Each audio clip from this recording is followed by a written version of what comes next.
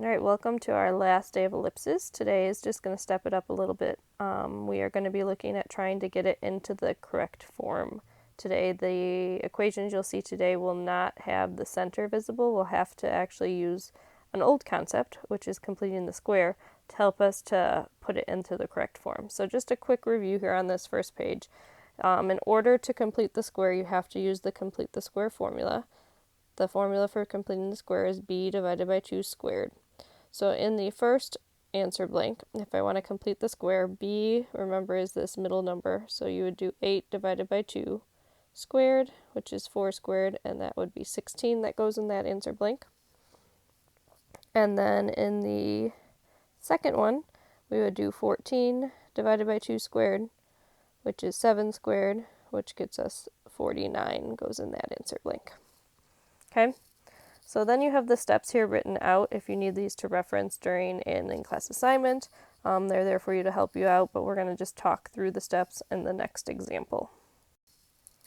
So looking at number 1, right away we can't graph it because we don't know where the center is, we don't have any fractions. So the first step you have to do is you have to get the x's grouped together and the y's grouped together. So we're going to rewrite this completely, and I'm just going to zoom in a little bit. So it's going to be 9x squared minus 18x, we want the x's together. Then it's going to be plus 14y squared plus 16y. And then we're going to kick the number off to the other side. He's not an x or a y, so he's going to the other side. And then we do put parentheses around these to group them, because the next rule is in order to complete the square, you can't leave this number hanging out in front. We can't have a number in front of x squared. So just the number. You're going to pull out that greatest common factor number. You're going to leave the x squared behind. So it's going to be 9x squared, then pull 9 out of 18. That becomes 2x. And then the next step is going to be to complete the square. So I'm going to go ahead and put a plus blank. And then here it's going to be pull out the 4. We're left with y squared plus 4y plus blank equal to 11. And now here is where you have to be careful. We're going to add 2 things in a second on the left side. So to keep it balanced, we're also going to have plus blank on the right side. So whatever we add on the left, we have to add on the right. And now we're going to complete the square. So in the first set, it's negative 2 divided by 2 squared. That's going to be negative 1. Negative 1 squared is 1. So that's going to go there. And then in the second set, that's going to be 4 divided by 2 squared.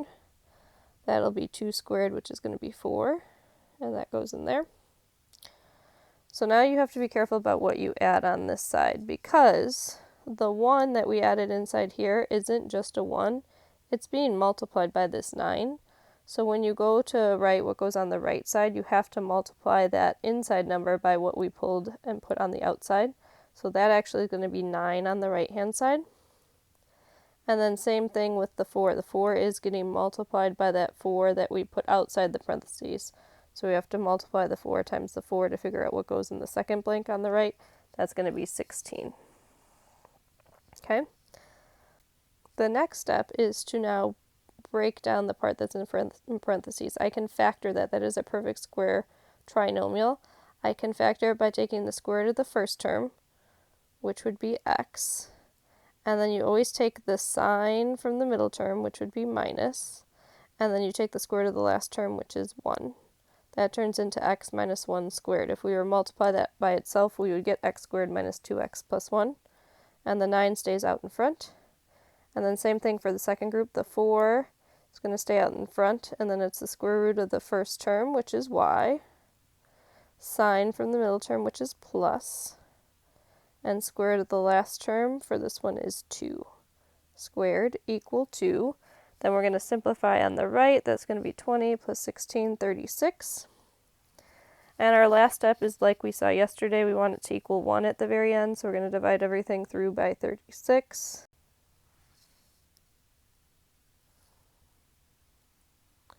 And then we get that the new equation is x minus 1 squared over 4 plus y plus 2 squared over 9 equals 1.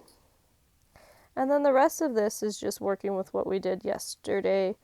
The center is what we want to worry about first. The center is going to be positive 1 comma negative 2. Always make sure you think opposite because you're inside parentheses. over 1 down -2, that's my center.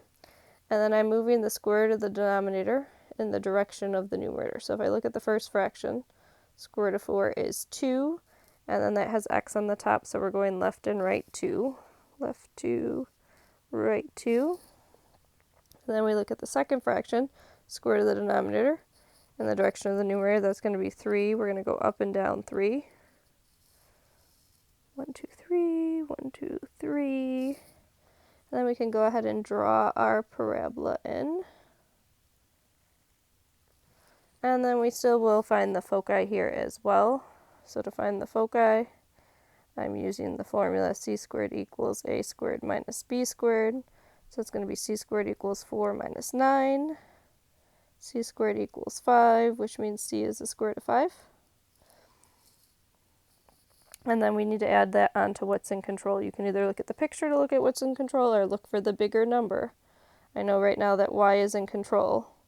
So since y is in control, that's going to get added on to the y number. So the foci are going to be at 1, comma, -2 plus radical 5, and 1, comma, -2 minus radical 5. And then we can change those to decimals to be able to graph them. So for the first one I got 0.2, and for the second one I got -4.2. So the foci are going to be over 1, up 0.2, which is just above the x-axis, and then over 1, down -4.2. Alright, let's try another one. So this next one, we're just going to work on the rewriting part. I don't think we need to go over all of this. We've been doing that for 3 days now. So you guys will have to do that on the homework just for extra practice. But we're just going to go over the rewriting part of this. So again, the first step is to get the x's together, then get the y's together. Then next, I need to put them in groups and take out the greatest common factor, so or just the greatest common number. Don't take out the x. So take out the 4, and then I'm going to go ahead and put plus blank, and then take out the 16. That whole first number needs to come out in order to complete the square. Plus blank equals 12 plus blank plus blank. So the first set, we're going to do 6 divided by 2 squared.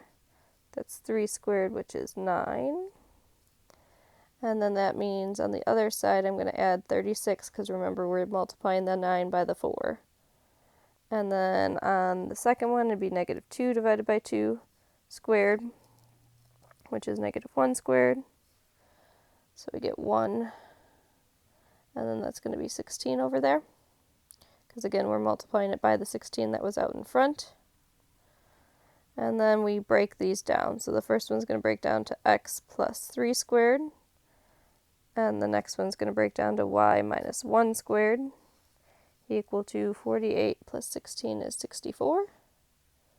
And then we got to make it equal 1, so we divide by 64 to get it into the standard form. And we get x plus 3 squared over 16 plus y minus 1 squared over 4 equal to 1. So that is just one more example of how you can rewrite these by completing the square. The second part of what we're going to talk about today is how to create an equation. If I just give you information about the graph, how you can create the equation. In order to write the equations, there's 2 things you need to know. One, you need to know what's in control.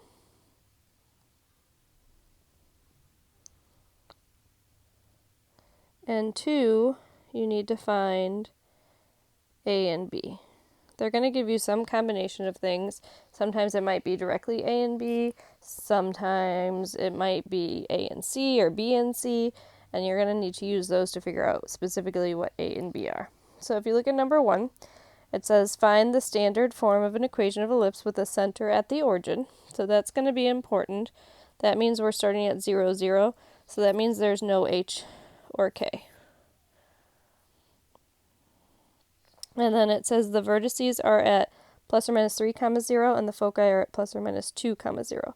So we need to use that information to think about where those are going to graph, and that's going to tell us what's in control. So plus or minus 3 comma 0 means we're going to go over positive 3 up 0 over negative 3 up 0, and the foci are over positive 2 up 0 over negative 2 up 0. So our ellipse is going to be horizontal, which tells me that x is in control. The other thing you can look at is these numbers are in the x position, so since they're in the x position, that means x is in control. So that's going to help us decide which number goes under the fraction, but we still need to find a and b. So you have to pay attention to what they're giving you here. If they give you the foci actually tell you what c are. That tells you c is 2. And then the vertices will tell you what a is, because that's on the major axis. So that tells you a is 3. So then you just need to use those together to figure out what b is. So to find b, I'm doing a squared, or c squared equals a squared minus b squared. So that's going to be 4 is equal to 9 minus b squared, if I plug those in. And then I'm going to subtract the 9. I get negative 5 equals negative b squared, which means b squared is 5. So then we're going to put all that together into the equation. So the equation I know is going to have x squared on top of the first fraction, y squared on top of the second fraction. I know it's supposed to be equal 1, and I know it's a plus sign between them because it's an ellipse. So then it's the what's in control part, the fact that x is in control. That looks horrible. X is in control tells me that the bigger number has to go under x. So the bigger number is going to go under x, which means that is going to be the a squared number.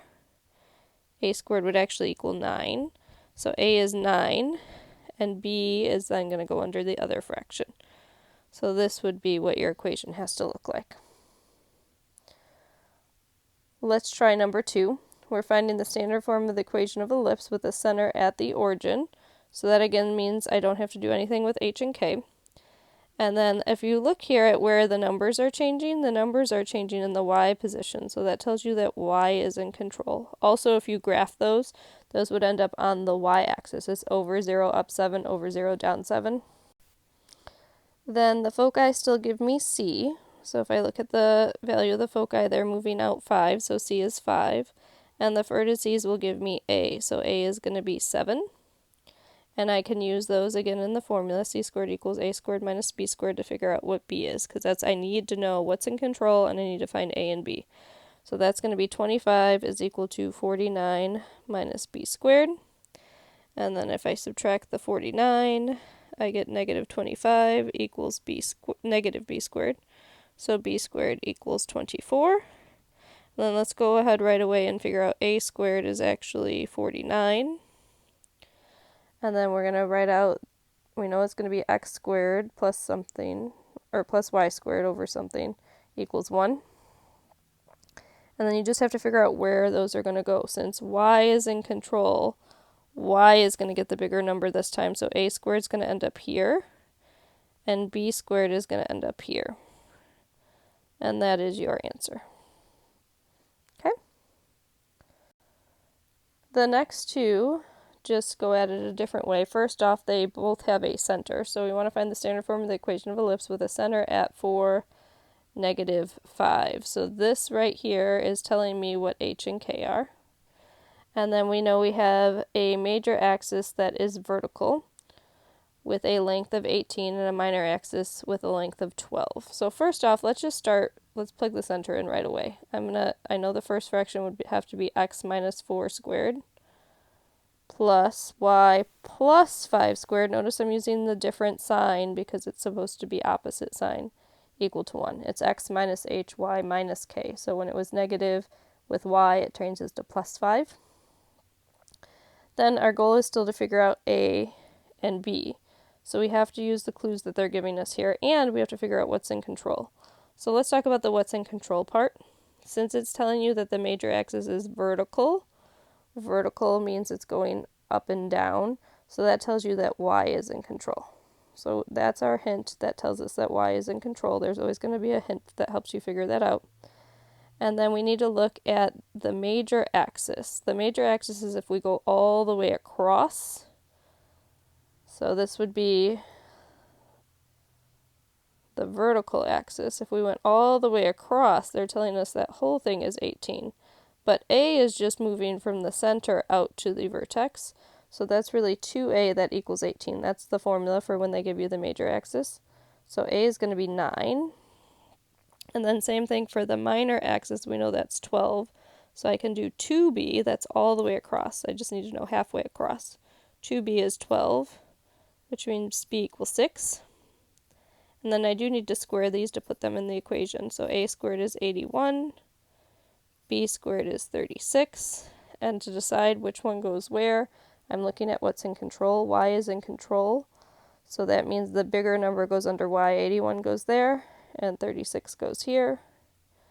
And this is your equation. Okay? 4 is very similar. It just has a difference in the fact that the major axis now is horizontal. So since it's telling you right away, we know since it's horizontal, that means X is in control. And then let's go ahead and plug the center in right away. That's going to be X plus 3 squared over something plus, it's going to be Y minus 0, which means it's just Y squared by itself to get 0. You can put the minus 0 if you want to, but I'm just going to drop it. So it's Y squared equal to 1. And then we got to find A and B. So the major axis is 14, so that's twice A equals 14. So A equals 7, which means A squared is 49. And then 2B is equal to 10. That's the minor axis. That if I divide by 2 there, that tells me B is 5, which means B squared is 25. Then I've just got to put those in the right spot. Since X is in control, the bigger number is going to go with X. So 49 gets to go here, and 25 is going to go here. And that is my equation. So there are a couple problems for you to try on ClassKick just to make sure you've got a handle on this. And then I need you to do the homework for tonight. Tomorrow we are going to go over the homework, and then you're going to have a short in-class assignment to kind of wrap up this week. Okay? So have a great rest of your day, and I will talk to you guys tomorrow.